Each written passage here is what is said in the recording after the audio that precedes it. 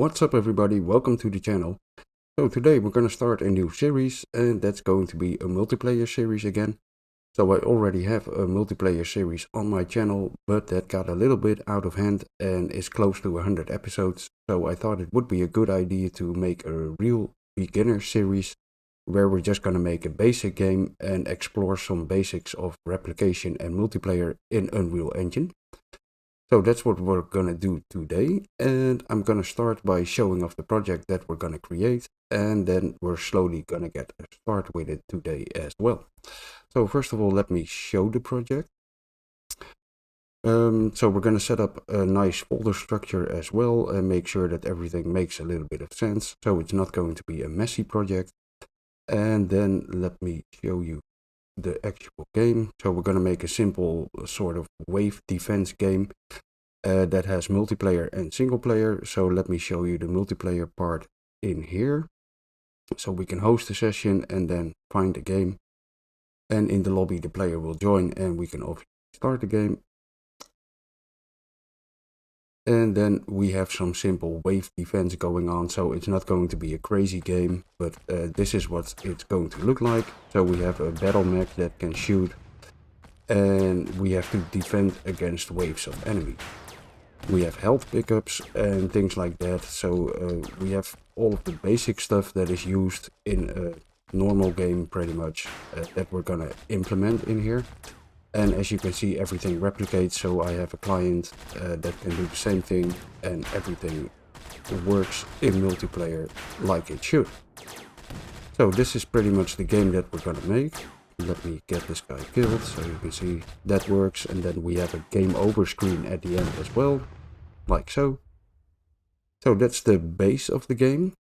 So we're gonna have menus, a main menu, a pause menu in the game as well, by the way, so we can go into a pause menu, all of the basic stuff, and then at the end we're also going to do a few bonus episodes where we're going to explore a little bit more well, advanced stuff. And I also have an example of that project, so we're going to add a bit more functionalities to it.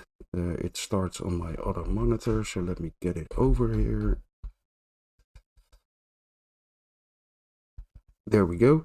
So in this version we're also going to add profiles that the player can create a name for himself, and they can save and then select different profiles. So I can type in my name and then confirm it and change different players, for example.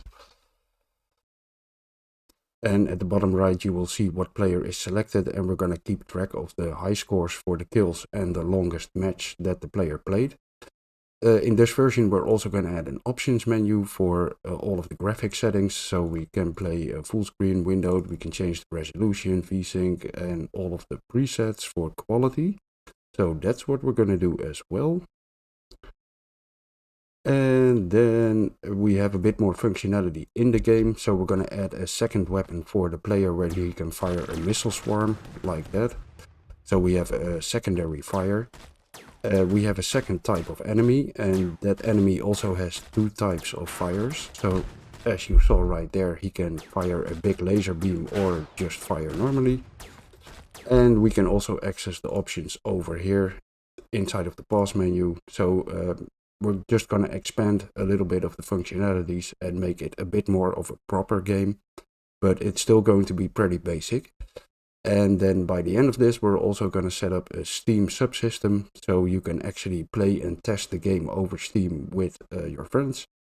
And we're going to add a server browser, so you know how to set that one up as well. So, yeah, that's pretty much the project. So, by the way, these kills and these match times will save as well if you complete a game, and it will keep track of the highest score. And then in the lobby, again, you can see the high scores of all of the players and the names and things like that. So pretty basic functionalities, but still everything is pretty complete, and it's a proper game in the end, although it's a pretty simple game. So yeah, that's what we're gonna do, and we're gonna start. So let's get into it. So I've got two small side notes before we actually get going. First of all, if you're really new to Unreal Engine multiplayer and you haven't done a single thing with it yet, it might be a good idea to watch a video first. So I recently uploaded a video to my channel about multiplayer replication in Unreal Engine, where I just talk about the basics and explain how everything works a little bit. So it's not bad if you actually don't understand anything that's happening in here, but it's a good idea to just watch it so you heard everything before you actually start working on this project. That would probably help you understand things a little bit better. So watch this video on my channel and I'll put a link in the description as well. And the second thing I want to mention, if I go too fast during a video, just use the pause button. It's not a contest, you don't want to finish the video as fast as possible, you actually want to learn something from it. So make sure you use the pause button if either I'm going too fast or you don't really understand what is happening. Just pause it, rewind, watch it again and make sure that you actually understand things that are happening. If you just plow through the videos as fast as possible, you're probably not going to learn a whole lot. So yeah, that's what I wanted to mention. Let's get started and let's get this project going. The first thing you want to do is go to my Discord and download the base of this project. So I've used the Mech from Epic and I made a few animations for it so it can actually walk. And those are in my Discord as a project for download. So I'll put the link to the Discord in the description. You go to the tutorial project files channel and in here I will put a download for the project. It's not in here yet, but I will put it in here. And there's actually a lot of stuff you can download here as well, by the way. Also the Unreal project file channel. Here's another one for the Mac, but it doesn't really matter. So there's a bunch of stuff you can download for free. So check out the Discord and make sure you get the assets project for the Mac. And if you download it and put it in the Unreal projects folder, restart your launcher and you will have this project over here, Game Dev Raw Assets Mac. So this is going to be the base of the project. And then we're going to download a bunch of assets from the marketplace, or Fab as it's called these days. And what I personally like to do is create a second project that I will call Asset Pool. And I will download everything that I might use in there first and then check it out, see if it's actually something I want to use. And if I do, I only migrate the stuff I need into my proper project. So this will save you a lot of files you don't actually use and a lot of, size for the actual project. So create a second project, and that can just be a third-person example project, for example. It doesn't really matter. Call that asset pool, and you want to make sure that you also put in the starter content in there, because we're also going to use a few assets from the starter content. So if you do that, you will have two projects to work with, the assets Mac and the asset pool. Now, first of all, let's download all of the stuff that we are going to use from Fab.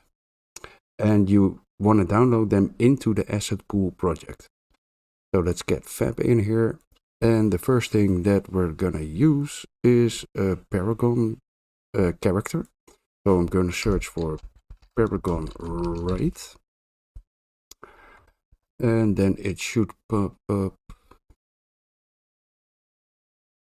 over here. So Paragon right, you wanna get this one, or red, or I don't know how you pronounce it exactly, but this is a character that we're going to use for the enemy. So save it in your library, download it into the assets pool.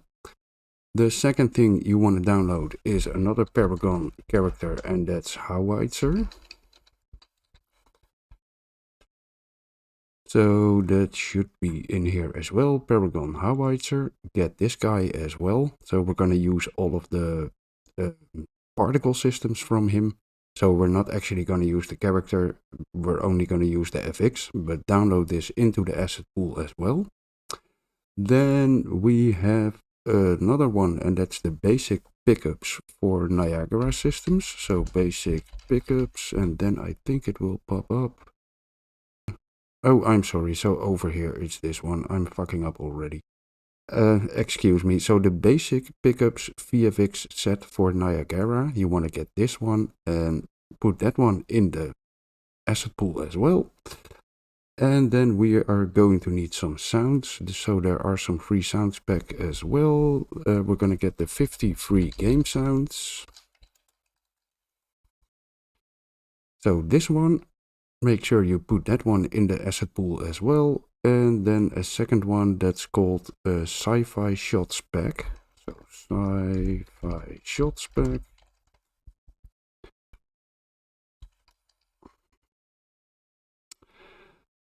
So that should be this one.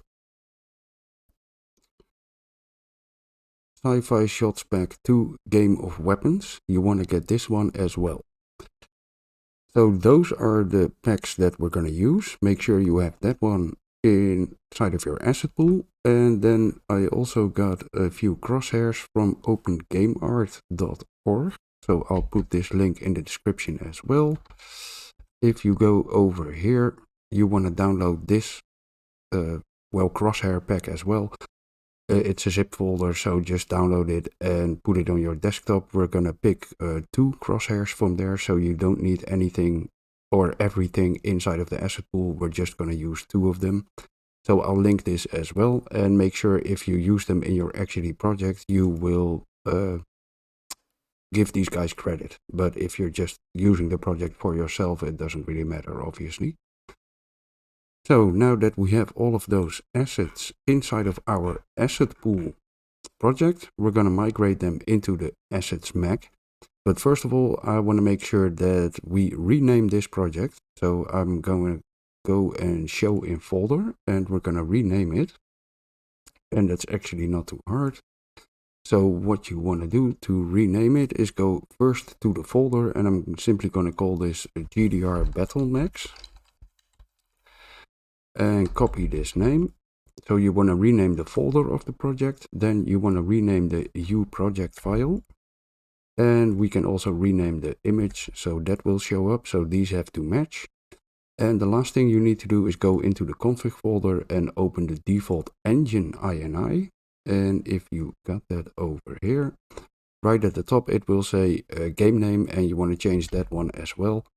And if those match up, then you actually renamed the project. So right now, if I restart the launcher, it should be called BattleMax.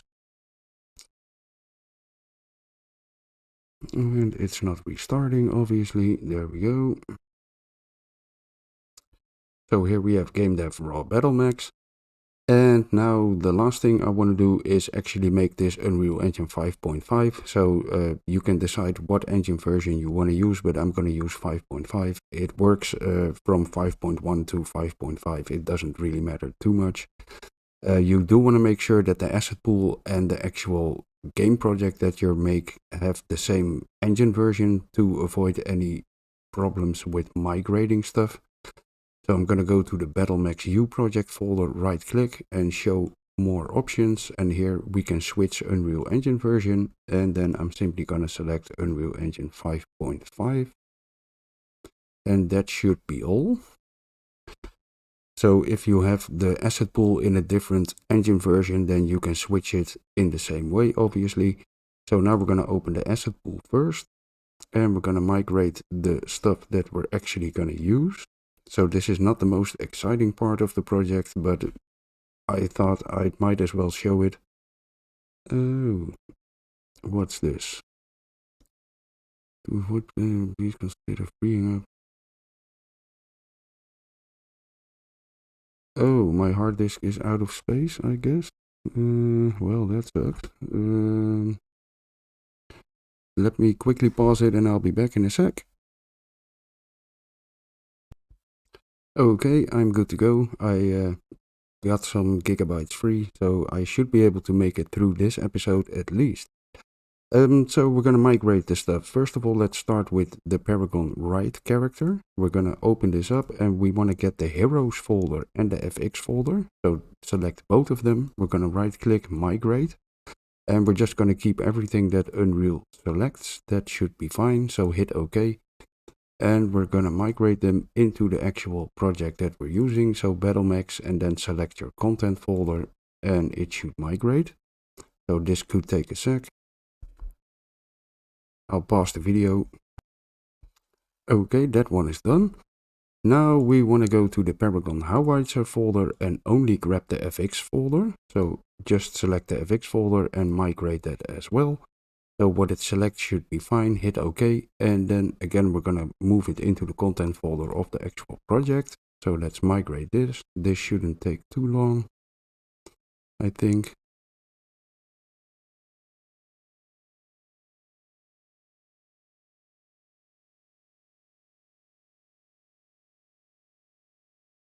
Well, it still takes a bit of time, but we should be fine. So there we go. Then let's take a look at the sounds. So first of all, we're going to go to the 53 sounds pack. That's this one. And we're going to select the cues that we need. So I want to get the explosion large. So that should be in here somewhere. Let me size this up. So it's probably somewhere in here. Explosion large. There we go. And then the second one is the hit generic, and the rock impact is the third one. So let's select all of those. Hit generic 5-1. And then the last one is rock impact 11. So that should be in here, rock impact 11. So we're going to have 3 sounds in here. Oh, they're all on top of each other. Explosion large 1-1, hit generic 5-1, and rock impact 11. Right click, go to asset actions, and then migrate. So it will automatically select the WAV files you need as well. Hit OK and migrate them. That should be good. And then for the sci-fi shots pack, again go into the cues folder, and for this one I want to get the numbers 102, 110 and 126. So sci-fi shots 102, 110, no, this one, and 126, this one. So you can actually use whatever you like, obviously, but these are just the ones that I picked. So right click and then migrate them again, and migrate them into the proper content folder. So that should be good. And the last thing we want to get from here, from the starter content, is a few materials. So I'm going to use the rock sandstone, the concrete panels, and the concrete tiles. So let's see where those are. Concrete tiles, concrete panels over here, and then rock sandstone. So that's this one. Again, we have 3 materials. Right click, asset actions, and migrate. Hit OK and migrate them into the proper project. And then the last thing we want to get from here is the fire particle. So go to the particles folder and then select P fire. And again, we're going to migrate that one. So asset actions, migrate it, and hit the proper project. And that should be good as well.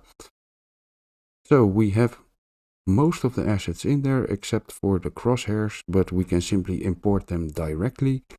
And by the way, I also use a font that's from the Lyra starter game, but it's a 5 GB download. So if you don't want to use that font, you should be fine. It doesn't really matter. It just looks a little bit different. So that's the only thing I use from the Lyra starter game, the actual font in there. So if you download this project, you could migrate the font from there into the proper project as well. Okay, so now we are good to go. Let's open up our proper game project. And although it still says 5.3 over here, it's actually changed the engine version to 5.5. It shows in the loading window, but it's on my other monitor. There we go. Now the first thing I want to do in here is do a little bit of cleaning. So we're going to make our 000 folder the base of our project, and in there I'm going to put all of the assets. So I just want to make this a nice and clean project.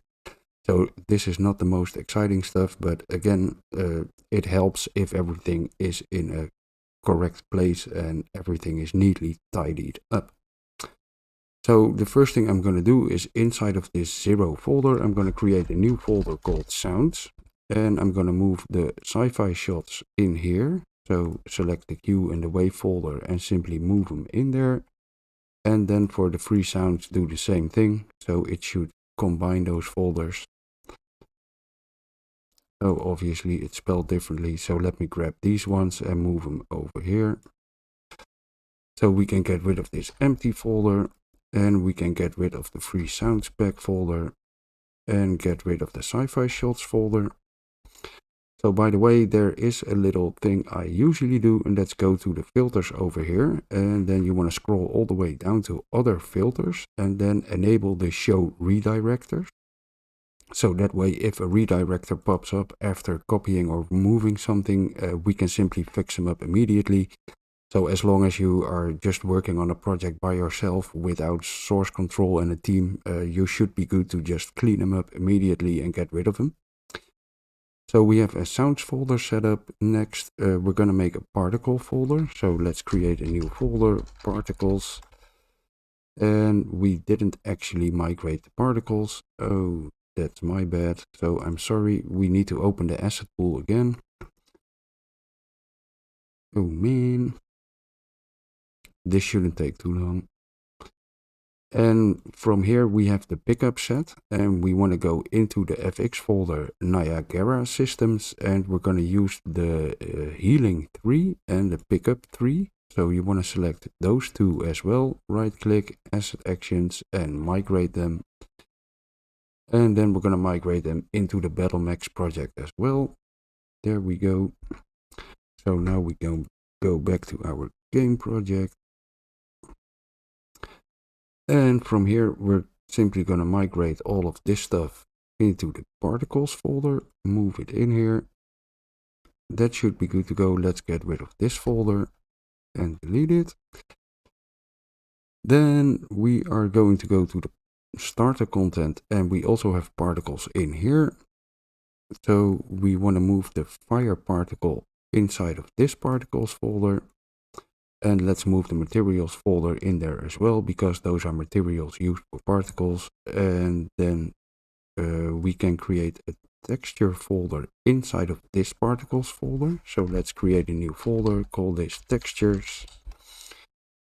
And then from the starter content, we are actually going to move all of this stuff into the textures folder from the particles, like so. We can move the materials folder directly into the 0 folder over here. So we have a materials, and then we are going to move the empty textures folders in here as well. So we can get rid of the starter content. And now inside of the particles textures folder, we're gonna use or move the textures that are not from a particle. So we have the concrete panels, and then the concrete tiles. And then we also have the rock sandstone textures over here, and that should be all of them. So we're simply going to move these inside of the normal textures folder over here. So now we have everything set up. We only have the 2 Paragon folders over here. That doesn't really matter. Those are pretty big, and there are a lot of assets in there, so just leave them over here. That should be fine. But now everything is nice and cleaned up. The last thing we need to do is grab our crosshairs. So if you downloaded the crosshairs from OpenGameArt, you can go into the folder, and then I want to get the circle one. So let's open circle, and we have this one, circle to hole. So I'm going to migrate it into the UI textures folder over here. So let's open that one up, and then simply drag it in here. And if you want to follow the bonus episodes with the secondary fire for the Mech, we're also going to use a square one, and that's square_02. So we're also going to import that one. And that should be good to go. Now we want to open these up. And for the texture group, we're going to set them to UI, and then simply save it, close it down, and do the same thing for the other one. UI, save it, and close it. So finally we have all of the boring stuff out of the way, and we can start actually making some assets for our game. Let's get going. So we're going to start by making the actual Mech for the player to control. And we're going to do that inside of the Mech folder. So select that folder, right click, and we're going to create a new blueprint class. And we want to make this a character. So select the character and let's call this BP player Mech. And we want to set it up. Nope. So the first thing we need to do is change the collision sphere. So we're gonna, or the capsule in this case, and we're gonna make this a radius of 100 and a half, height of 100 as well. So it's going to be a sphere in this case instead of a capsule. And then we're gonna set up the mesh. So select the mesh, and for this one you want to use the Mech A base mesh. So this is a mesh I divided in a few different sections. So let's go in here. You can also select the normal skeletal mesh for the mech, but if you want to follow the bonus episodes with the missile swarm, I would advise you to use the Mech A base, because we have separate missile pods that we're going to use as the skeletal mesh. So we're going to use this mech over here, and the first thing we want to do is rotate it minus 90 degrees on the z-axis, so it's actually facing in the x direction like it is now. And I'm also going to scale it down, so I'm going to make it a bit smaller, scale it to 0.5.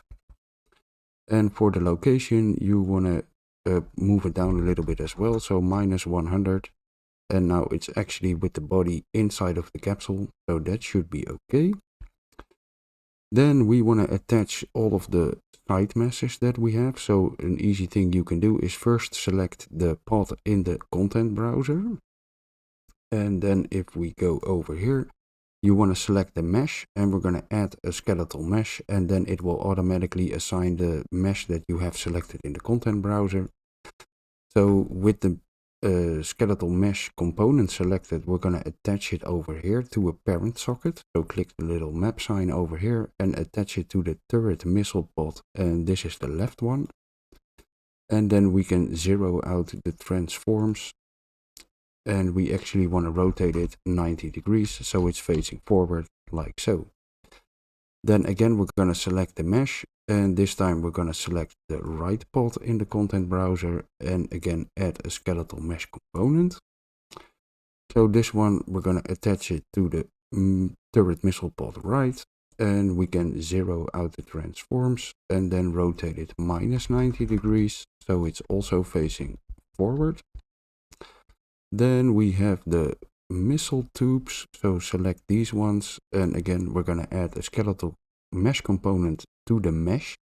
So select the mesh first and then the skeletal mesh component. Select the little map over here and attach it to the turret missile tubes, and zero out the transforms, and it should be in the correct location.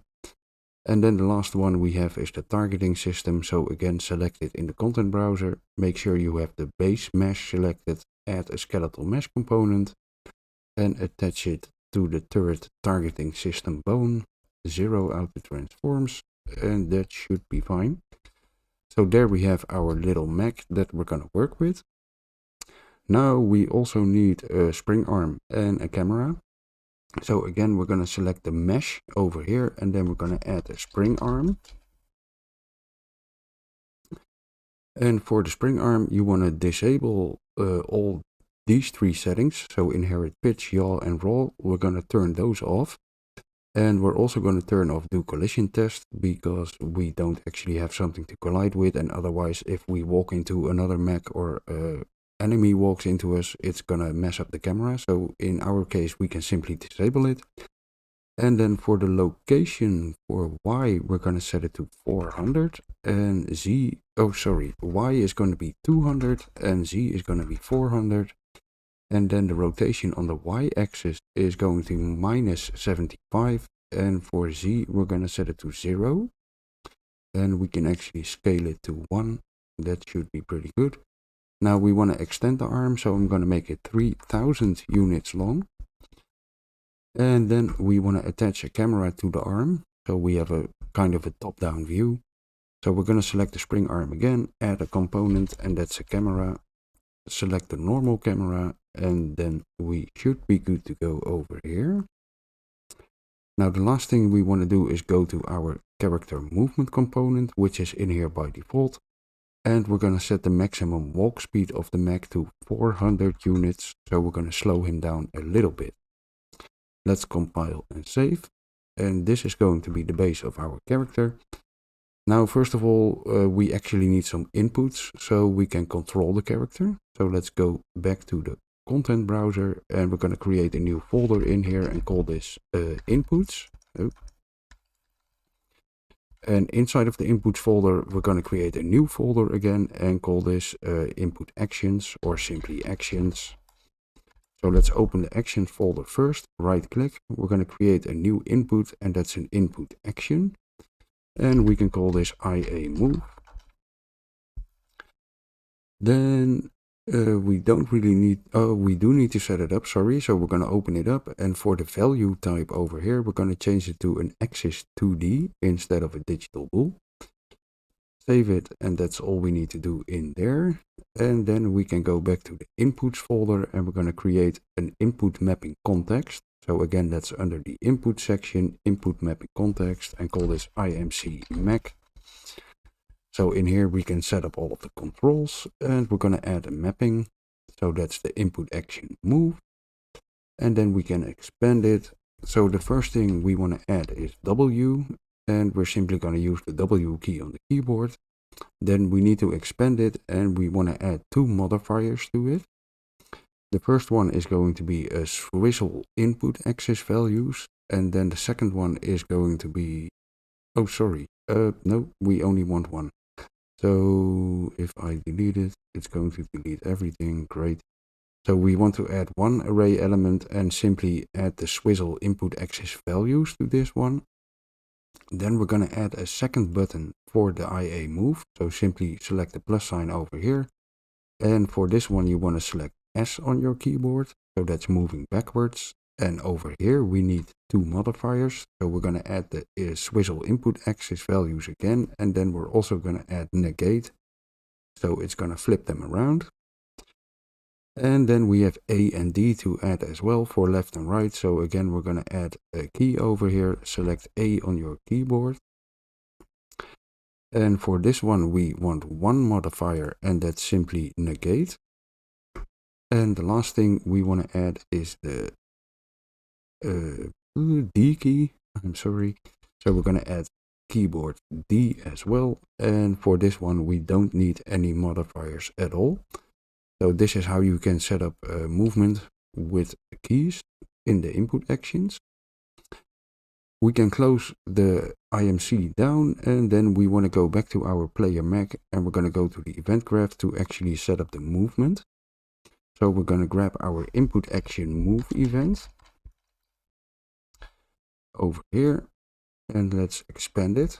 So if we right click on the action value, we can split the struct pin. So it will give us an axis value for X and for Y.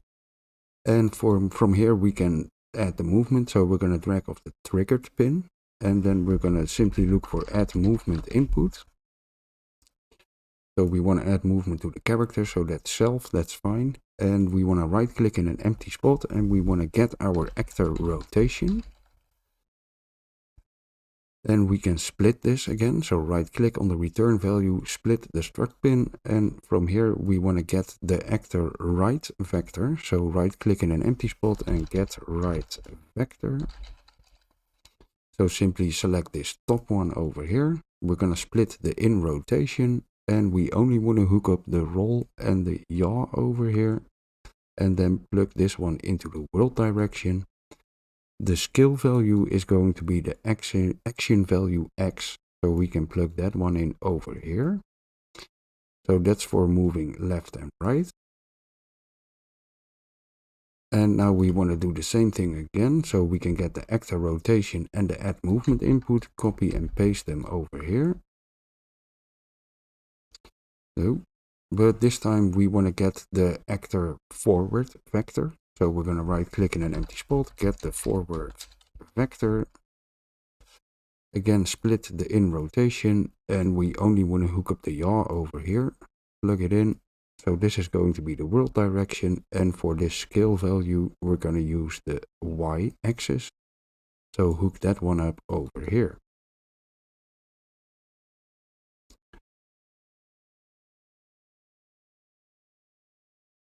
There we go. So this is our movement. So we can put a little comment in here, movement. And then to make things a little bit easier, I will try to add a note in here as well, so we can toggle the comment bubble. And in here, I'm going to tell where this function executes. So this is an input action. So this will always execute only on the local client of the game. So it depends on if you're the server or a client, if we are actually server based or not. But this is always the local player or the owning client, as you can call it as well. So this is the movement, and let's make sure that we test everything quite often so we can see quickly if we made mistakes or not. But to test something, we obviously need a level and a player controller and a game mode. So we're going to set those up first as well, so we can get rid of the player Mech for now. And we want to create a new level. So we're going to go to File, New Level, and create a basic level. Let's grab a viewport in here. There we go. So the first thing I'm going to do is scale down the floor mesh, because it's actually scaled up to 8 or something. And this will mess up the textures that we're using. So I'm going to scale it down to 2 units, or 2 simply. And then I'm going to copy this into a square that's 4 by 4. So I'm simply going to duplicate it once over here. If you hold Alt and then move it, it will automatically duplicate the meshes. So we have 4 of them.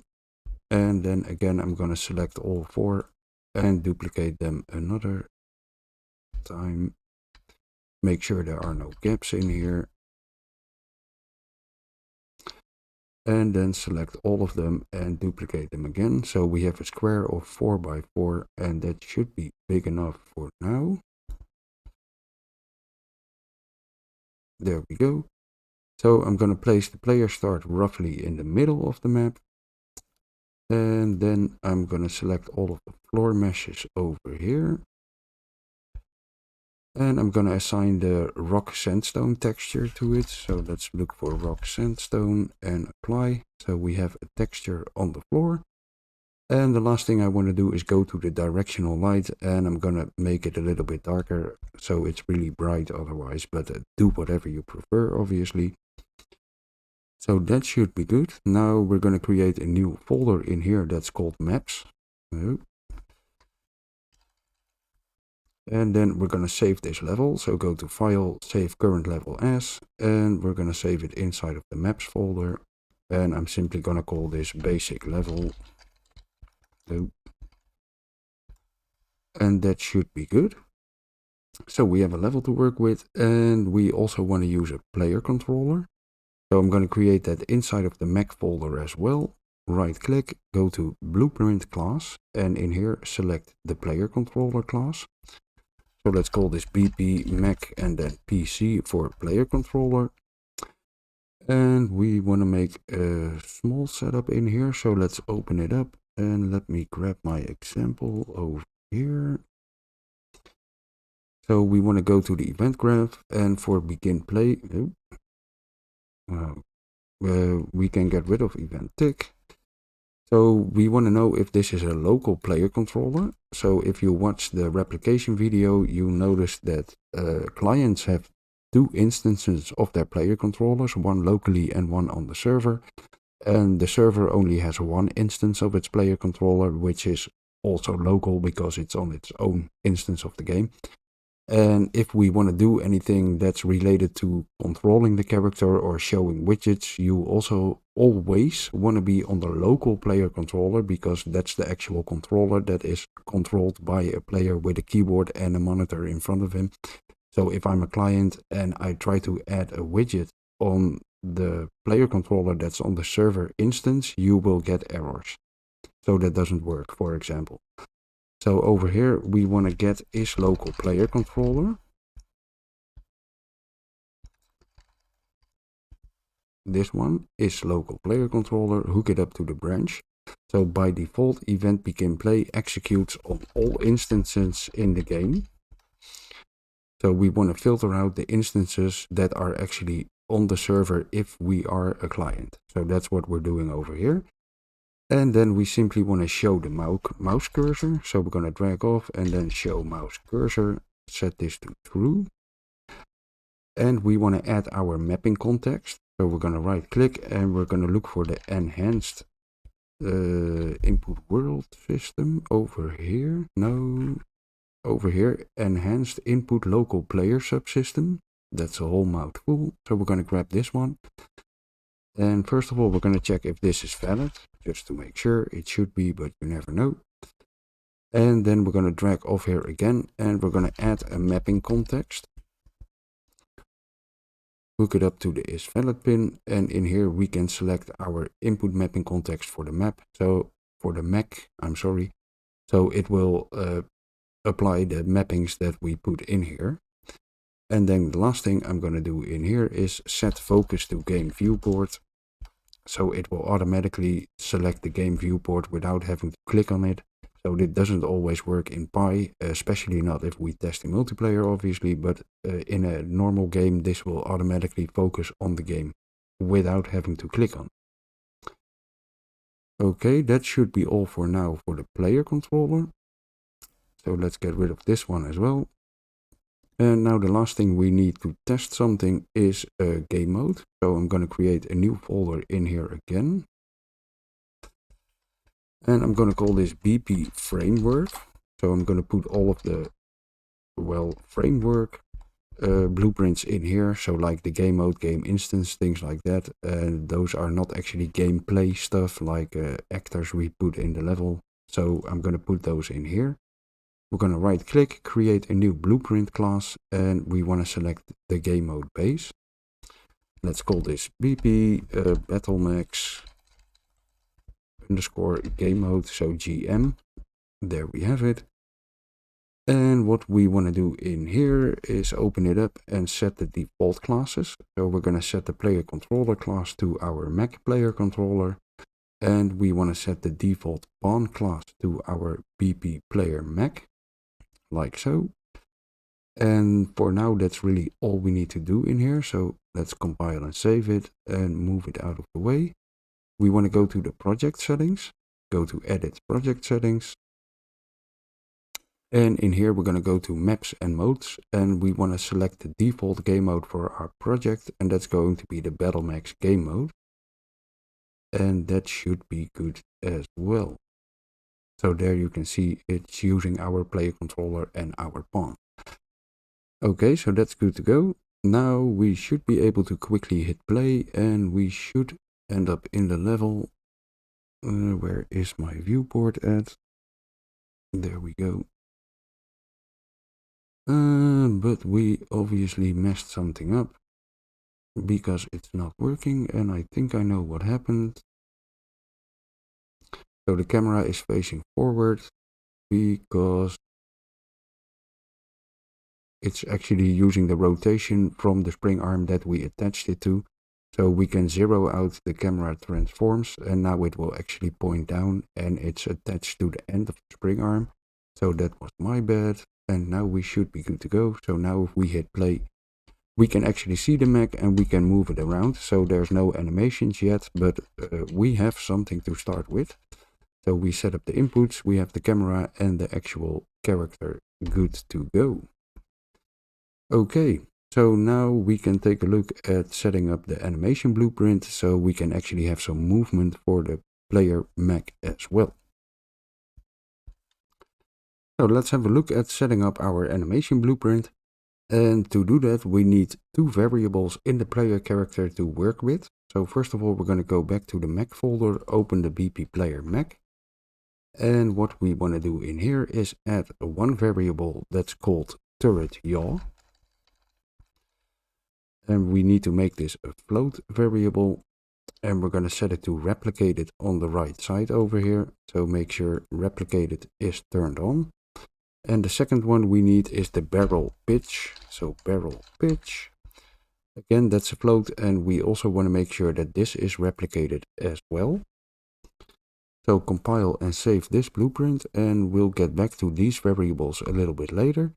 First, we're going to take a look at the animation blueprint. So let's open the animation GDR folder, and in here there's actually an animation blueprint that's already sort of set up, but it's going to throw a few errors, and we're going to change it up a little bit as well. So let's start in the event graph.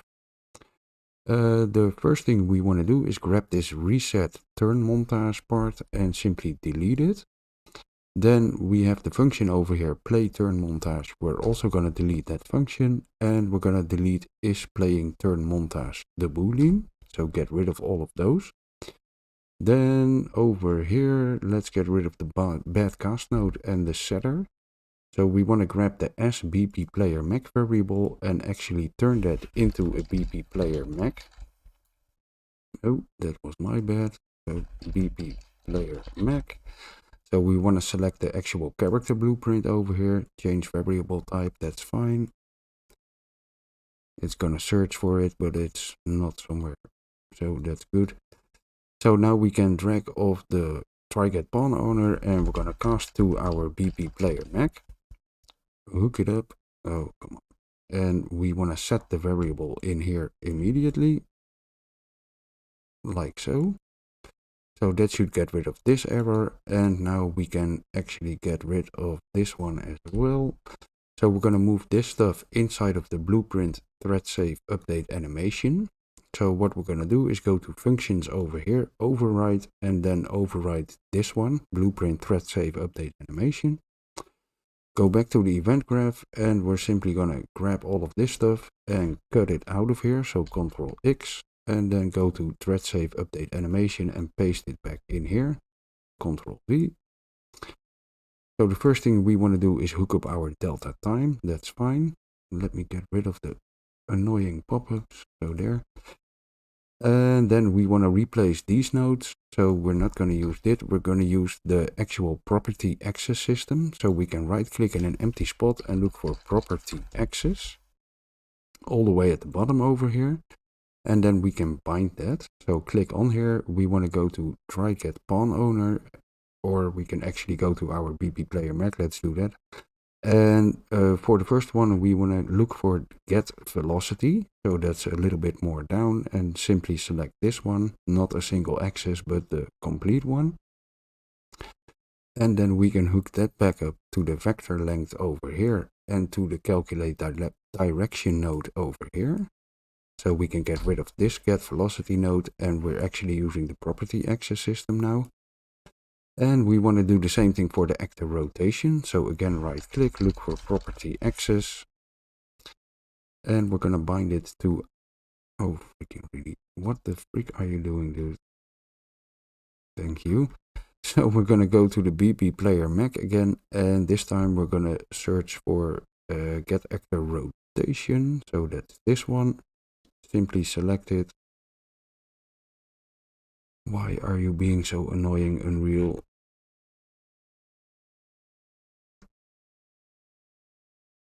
Okay, so if we go to the try get pawn owner, then I don't want a single one, I just want the entire one. Why is it not in here? Oh, this is freaking.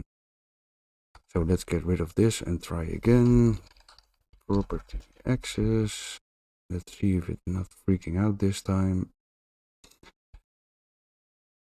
So we want to get the actor rotation. So this one where it actually doesn't have the split pins, but the complete one. So I'm not sure what happened previously, but you should be able to get this one, plug it into the base rotation from the calculate direction node, and that should be good to go. Unreal can be so annoying sometimes. Okay, and then for the thread save update animation, the part with the yaw and the pitch, we're going to use the variables that we just added to the character. So again, we're going to right click, look for property access. And this one, we want to use the barrel pitch. So, oh, you're going to freaking do it again, don't you? So we're going to go to BP player Mech and then scroll all the way down. And over here we have the, well, the variables that we added ourselves. So we want to select the barrel pitch in here and plug it into the target Y pitch. So we can get rid of this getter. that should be good. And then a little bit to the right, the last one is the turret yaw. So again, we're going to look for property access. And this time we want to select the player mech and then the turret yaw. And plug that one into the target Z over here. Get rid of the previous setter. And now we should be able to compile without any errors. So this will actually populate all of the variables, and then we already have an animation graph set up. So it's a really basic one with a simple blend space and then a slot node to play montages, but we're not even going to use that. And then we actually aim our turret and our barrel by using the transform modify bone nodes. So you can select a bone and then you can actually adjust the translation and the rotation and all of those kinds of things directly in the animation graph. So that's how we control the turret and the barrel on the mech. So that should be good to go. Let's see, did I forget anything? Well, we probably want to adjust the values in the blueprint thread safe update animation. So we have the R-interp2 for the barrel pitch, and you probably want to speed that up a little bit. So we want to make this about 8 or 10. And then for the turret yaw, we also have the interp speed, and we're going to change that to 200. So it will turn a bit faster as well. And that should be all we need to do. So now we can save this animation blueprint and go back to our BP player mech. We want to select the mesh over here and then assign our animation blueprint. So anim class and then select ABP GDR mech. And that should make it pretty much work. So now if we hit play, we actually have some animations. So the turret is still not aiming towards our cursor. That's what we're going to look at next. As you can see, the animations are a little bit slow, and if you change directions, they sometimes, the changing doesn't go as smooth as you saw over there. So we can make a few small tweaks to fix that. If we go to the animation folder and open our blend space mech movement. So the first thing we want to do in here for both of the axes, so let's expand the horizontal and the vertical axis. We're going to increase the smoothing time to 0.4, and then the damping ratio is going to be 0.7. So you just need to play around with these values a little bit to smooth things out, but this should work pretty good. So 0.4, 0.7 for both of the axes, horizontal and vertical. And then we want to scroll down and we have all of these animation samples that we're using. So I'm going to expand all of the walking ones. And for all of those, I'm going to set the rate scale to 2. So they actually play twice as fast. So for all of the movement ones, simply change the rate scale to 2. That should be good. And then the last thing you want to do is scroll a little bit further down. For the sample smoothing, you want to set this to 2 as well. So it will transition a little bit faster. So you can read the explanation. The higher the number, the faster it will. Is that true? 2 means half a second. 1 takes 1 second. So the higher the number, the faster the smoothing is. Essentially. Okay, so now if we try it again, it should look a little bit better. So the movement is a bit faster and it matches a little bit better with the movement of the mech. And it should be a bit smoother as well. So that should be good. Okay. Now the last thing we're going to do in this video is make sure that the turret will actually point towards our mouse cursor. And then we're going to call it a day and actually continue in the next one. So let's open our player mech again. And inside of the event graph, we want to use event begin play. So let's go to begin play. And first of all, we want to make sure that we only do stuff on our local character. So again, just like we did in the player controller, we're going to add a branch in here and we're going to look for the is locally controlled. So select this one. So this will make sure that everything we do after here only executes on the local player, because by default event begin play executes on all instances. So like so. So what do we want to do? We actually want to get a reference to our player controller. So we're going to right click and we're going to get controller. Simply select this one. From here we're going to drag off and we're going to cast to our player controller for the Mech. So that's Mech PC. And because we are playing multiplayer, it could actually happen that this executes before an actual player controller has been assigned to us. So what we're going to do is we're going to add a little delay on top of here. We're going to set it to a delay of 0.1 second. The cast field, we're going to hook it up here, and then the completed, we're going to plug that back in. So this will make sure that if we don't have a player controller yet, it will keep looping until we actually have a valid player controller. Then we're going to drag off here and we're going to promote this to a variable, and that's our BP Mech PC. So that's fine. I'm going to get rid of the spaces because I don't like them. There we go. And by the way, just a little side note, so the casting over here, some people are afraid to use cast nodes, but it really depends on the situation. And in this case, it wouldn't make a difference because this player controller is loaded into the memory anyway, because that's the player controller that we're using. So in that case, it doesn't hurt to actually cast because it's already in the memory. And on our player controller are no references to any other assets or things like that. So we're not creating a big asset chain that will potentially cause a lot of stuff to load that we don't want to. So this doesn't hurt. So casting isn't necessarily a bad thing, and in a lot of cases you can simply use casting because, as I mentioned, a default character, a game mode, a game instance, a player controller, all of that stuff is loaded into the memory anyway, especially if you make a basic game like this where you don't have different types of characters and different types of game modes and all that kind of stuff. So casting isn't necessarily a bad thing. Okay, so that's the event begin play, and then we want to use event tick. So we're going to look for tick, and everything we do in here, we also only want to happen locally. So again, event tick executes on all instances by default. And we want to filter out all of the instances that are not local again. So we're going to simply copy and paste the locally controlled branch in here. And then we want to get the cursor location from our player controller. So we're going to drag off the Mech player controller. And from here, we're going to get the hit result under cursor by channel. So get hit result, and then under cursor by channel, select this one.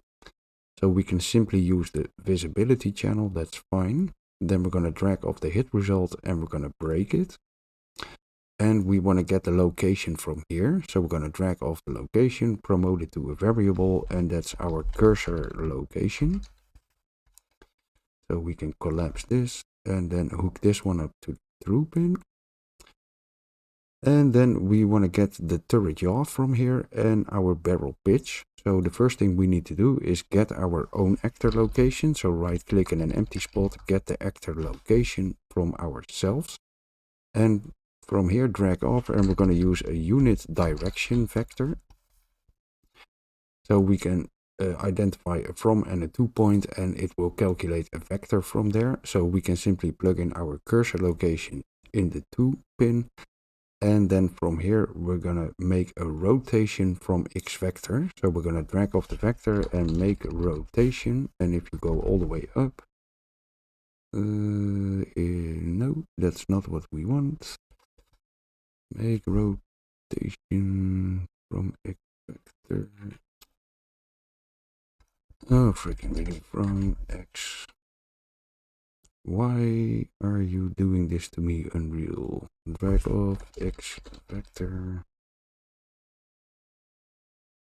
So this one. So you don't want to type in make rotation from X vector. That's the one you need. So let's try that again. Oh, then it's actually in here. So you don't want to use make. If you simply type rotation from X vector, that's the one you need. And then we're going to split this struct pin, and we're going to use the yaw to actually store in our turret yaw. So we're going to grab a setter for the turret yaw, plug it in here, and plug in the yaw. So that will make the turret point in the right direction. And then we also want to use the barrel pitch. So we're going to grab a setter for that one. And we're going to aim the barrel up and down depending on how far the cursor is away from our mech. So again, we want to get the actor location from our mech. Actor location. And then we want to get the cursor location again. And between these, we're going to grab a distance. So let's get the distance 2D between two vectors. Plug this one in. And that distance, we're going to map that to a value. So if we drag over here, we're going to say map range clamped. Like so. And the in range is going to be the distance between the actor and the cursor location. So that's going to be somewhere in between 300 and 3000. That's roughly the end of the screen. And then the out range is going to be 0 and then till 60. So that means if input A is 300, the output will be 0. And if input B is 3000, then the output will be 60. And that's the angle that we're going to use for the barrel pitch. So we can actually add a small comment in here, for example, range of the gun 300 to 3000, roughly the edge of the screen. If we aim closest, the pitch is 0, 60 degrees at maximum range. So that's what we're doing over here. And now we are setting these values, and they are replicated variables. And we need these to replicate on our character blueprint because we're using them inside of our animation blueprint. And an animation blueprint is a class that doesn't replicate. It simply does not work on an animation blueprint. So you want to make sure that all of the stuff you feed into the animation blueprint is replicated. And then that will make sure that all players see the same thing. There is one side note over here. We are using the local player. So that doesn't mean we are the server. And to set a replicated variable, we need to be the server. Otherwise, it will not replicate. So you might wonder, why are we setting those over here to begin with? This is to actually decrease the sense of lag for clients. So if we set them locally first, if we are a client, and then after this, we're going to have the server replicate them. Then in the next server update, they will already match. So we don't have to wait for the actual server to replicate them to us.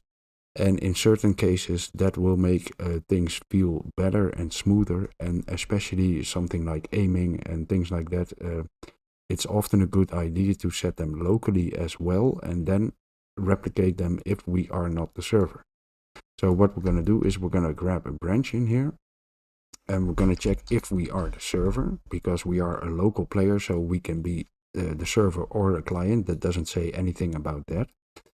And if this is false, we want the server to replicate these variables for us, and we need a replicated event for that. So we're going to create a custom event, and we're going to call this server set yaw and pitch.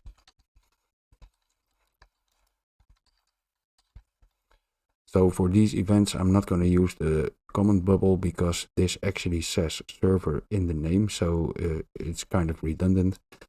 We want to select this custom event. We're going to go to replicates and set it to run on the server. Then we want to plug in our turret yaw and our barrel pitch over here. So make sure we set both of them and simply feed them into the event. And then if we are not the server over here, we're going to call this event. So server set yaw and pitch. And we want to plug in the variables again, like so. So if we are the server, we can simply set these variables and they will automatically replicate. If we are a client, we need to make sure that the server actually executes this event. They will set the variables and then they will replicate. And because we don't want to wait for the replication to happen, we are actually setting them locally as well first. And then in the next update, they will match. So it will not overwrite anything. This should work. So now that we actually feed something into these variables, we should have a barrel that is actually pointing towards our mouse cursor. So if we test, you can see the turret actually rotates toward the cursor. And if we move it to the side of the screen, the barrel moves up. And if we go closer, the barrel is going into sort of a horizontal position. So that's working, and this should also work in multiplayer. So we can go over here, set the number of players to 2. And then we want to play as a listen server and hit play again. And then we should be able to see from the other player that he is actually aiming. So as you can see, this is the server window, and you can see on the client side, the server barrel is moving up and down and the turret is rotating. And the other way around works as well. So I'm the client and the server can see where I'm aiming, and you can see my barrel go up and down. So we have those replication variables set up and good to go. And we actually have a base of our Mech also good to go. So this wasn't the most exciting episode. I realized that there was a lot of setup for the project and copying assets and boring stuff like that. So that's why I made it a little bit longer and also added the setup for the Mech as a base. So at least we have something done. And then in the next episode, we're going to start by setting up the custom mouse cursor and then adding the projectile for the Mech so we can actually shoot and make it a fun game. Okay, so thanks for watching. Hope you enjoyed the video. If you did, please consider leaving a like. That actually helps out a lot. And all of my stuff is free for download on my Discord. So any support that you can and will give will definitely help me out to make bigger and better and cooler videos in the end. So you can check out my Ko-fi page or my Patreon if you want to buy me a coffee or maybe leave a little donation, and that's hugely appreciated if you do. So thanks for watching, everybody. I'll be back with a next episode probably next week. Talk to you later. Bye bye.